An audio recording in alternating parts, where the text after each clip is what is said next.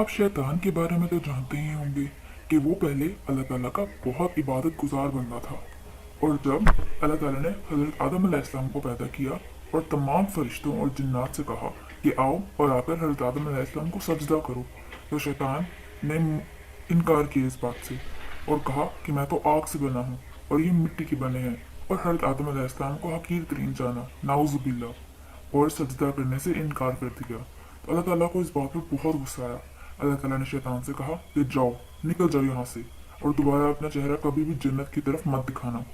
शैतान ने कहा, ए मेरे अल्लाह, मैं जा तो रहा हूँ, लेकिन मुझे मोहलत दीजिए कि जब तक तमाम दुनिया के लोग जिंदा हैं मैं उन्हें भटकाता रहूँगा और आपसे गाफिल करता रहूँगा। अल्लाह ताला ने फरमाया, ठीक है, मैंने तुम्हें मोहलत दी, लेकिन मेरा भी ये वादा है कि जब तक दुनिया के लोग, जब तक अल्लाह ताला के सामने तौबा करते रहेंगे, अल्लाह ताला से माफ़ी मांगते रहेंगे,